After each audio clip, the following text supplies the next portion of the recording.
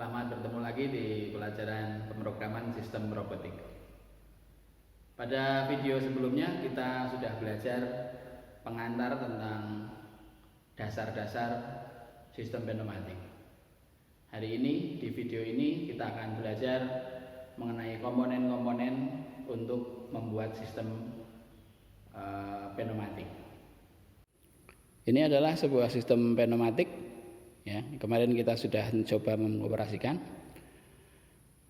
bagian-bagiannya. Ini nanti saya akan sebutkan satu-satu, tetapi untuk video ini saya akan konsentrasi pada sistem pneumatiknya, yaitu yang ini mulai dari silinder ini, dan silinder ini digerakkan oleh tekanan udara ya, melalui selang-selang ini. Tekanan udara ini sumbernya dari mana?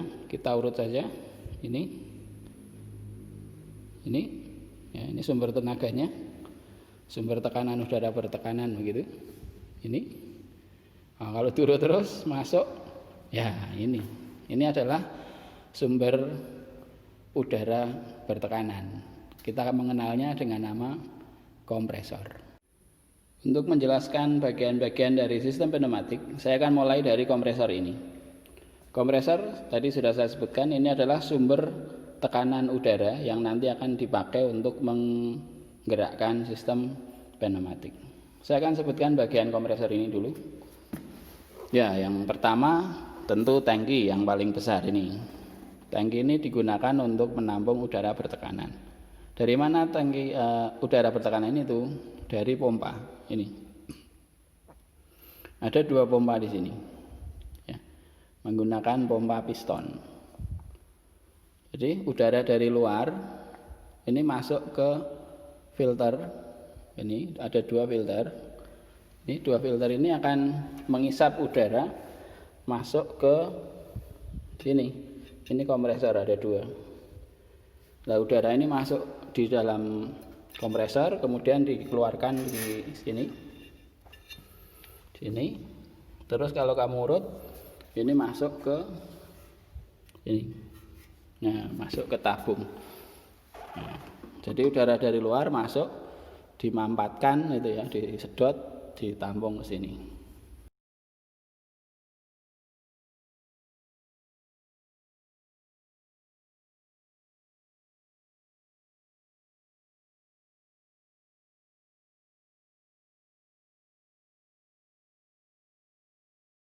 Nah, disambung di sini, nanti dikeluarkan melalui pipa ini.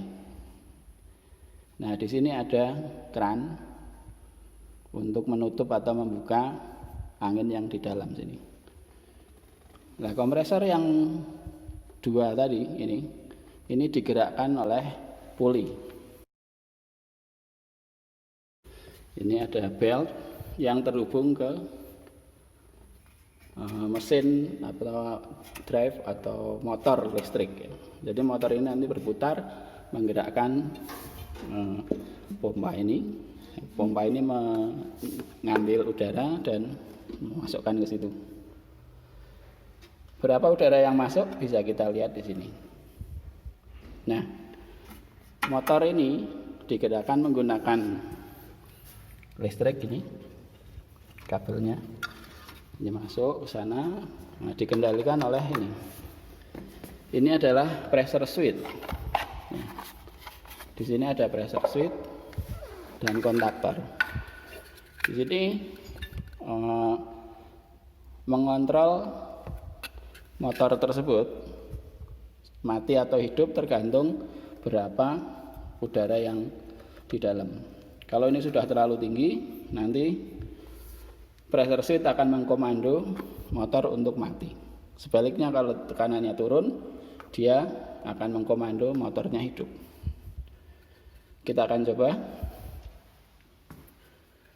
Oh ya, motor ini sumbernya tadi listrik. Listrik ini ngambil dari sini. Ya, di sini. Ini untuk menghidupkan ini sebenarnya turun, berarti listriknya sedang diputus. Kalau kita naikkan berarti ini nanti akan bekerja. Kita coba ya.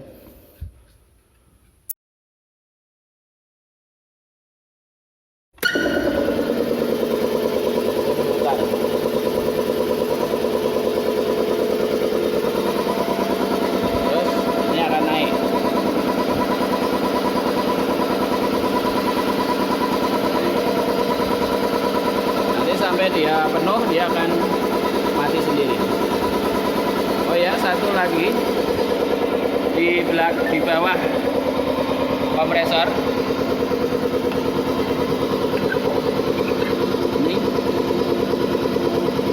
Ini ada sebuah keran yang nanti bisa dibuka ya. Nanti akan saya sebutkan gunanya untuk apa. Sambil ini menunggu anginnya penuh, kita akan coba. Ini sebenarnya saya tutup. Ini salurannya ke. Nah, ini alat apakah ini? Ini adalah regulator. Regulator yaitu mengatur tekanan udara yang keluar ke sini.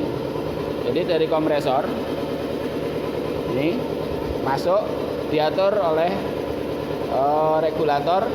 Ini bisa diputar. Ini dan ini kunci. Nah, ini bisa diputar. Ini nanti bisa disetel berapa tekanan yang keluar di sini. Umumnya tekanan udaranya adalah sekitar 5 atau 6 bar. Regulator ini kalau kamu perhatikan di sini ada 2 tabung.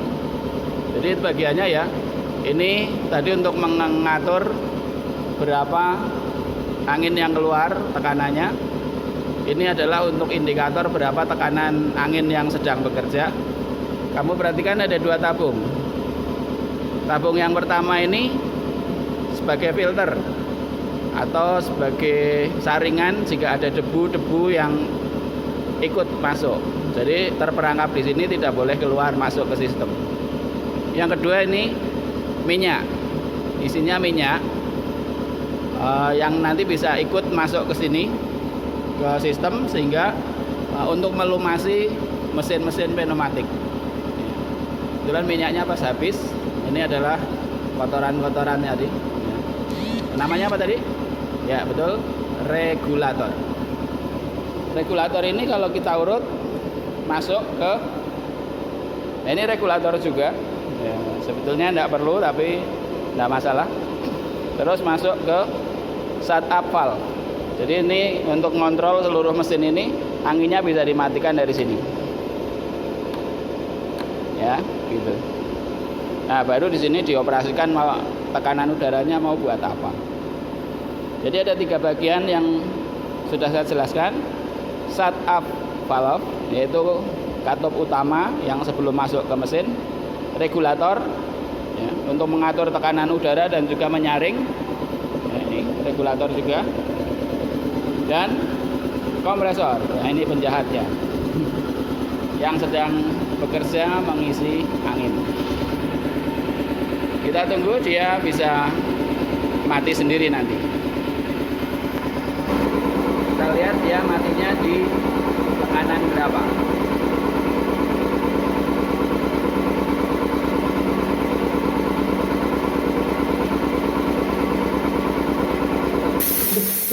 Ya, itu dia karena sudah penuh, maka pressure switch ini akan bekerja dan mematikan motor sehingga motornya mati.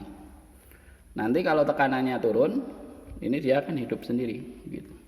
Ini tekanannya udara 7 bar ya. 7 bar. Gitu. Kita coba untuk mengeluarkan anginnya ya, sehingga dia akan hidup sendiri.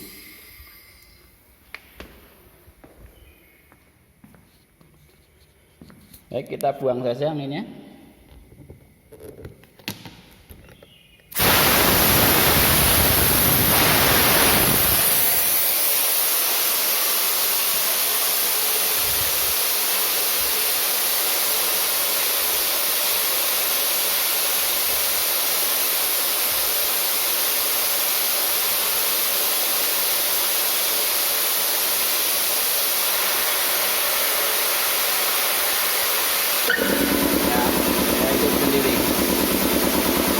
Kalau dia naik penuh, dia juga akan mati sendiri seperti tadi. Begitu, ini adalah kompresor, sumber tenaga dari sistem pneumatik.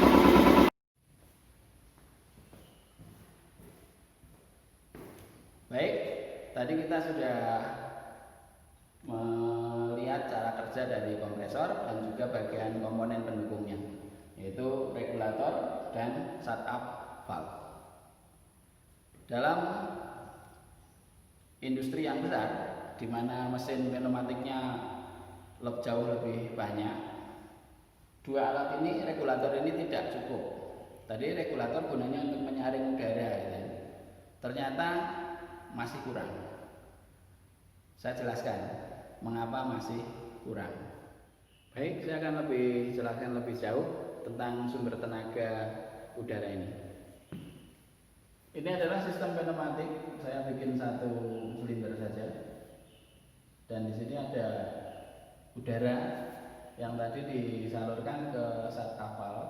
Jadi ini biar tidak anginnya bisa dikontrol masuk ke sana. Kemudian ada regulator, tadi ada dua tabung kalau kamu perhatikan.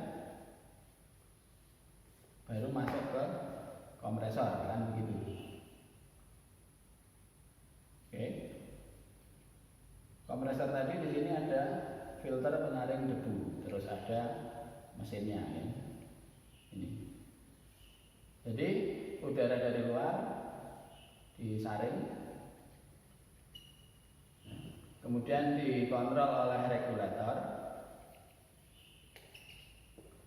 Ada dua fungsi, yaitu untuk filter debu dan juga untuk lubrikator atau pelumas. Baru ini adalah shut-up valve. Nah, mengapa harus ada filter dan lubrikasi? Karena ini kan geraknya maju mundur, otomatis di sini akan ada gesekan. Oleh karena itu butuh pelumas di sini. Maka lubrikasi ini akan melumasi dalam dari silinder, dia akan geraknya lancar. Filter kenapa butuh?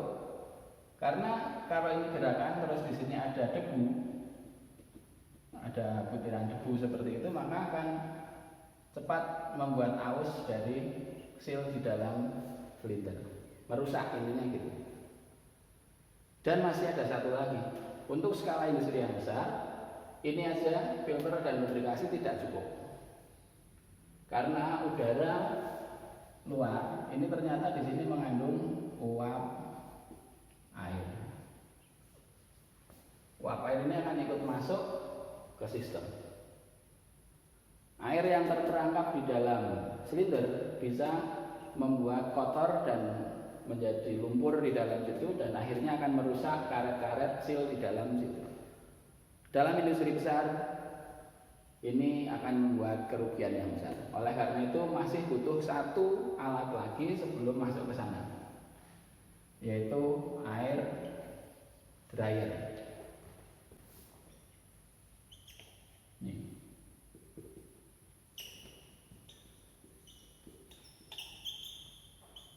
Air dryer ini adalah membuang uap air yang ikut, ya. Jadi sebelum masuk ke sana uap airnya dibuang dulu.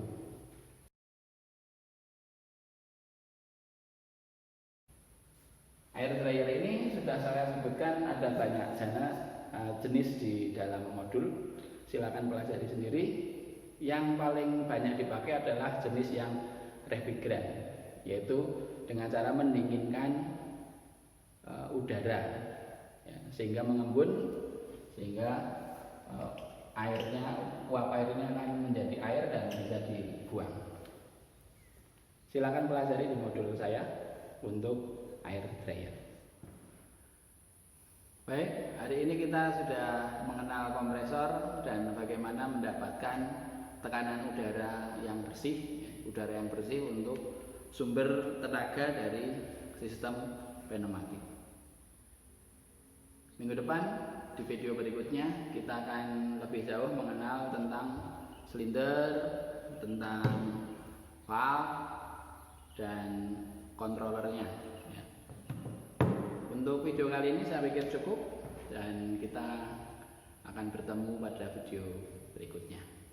Tetap semangat, tetap sehat, jaga kesehatan.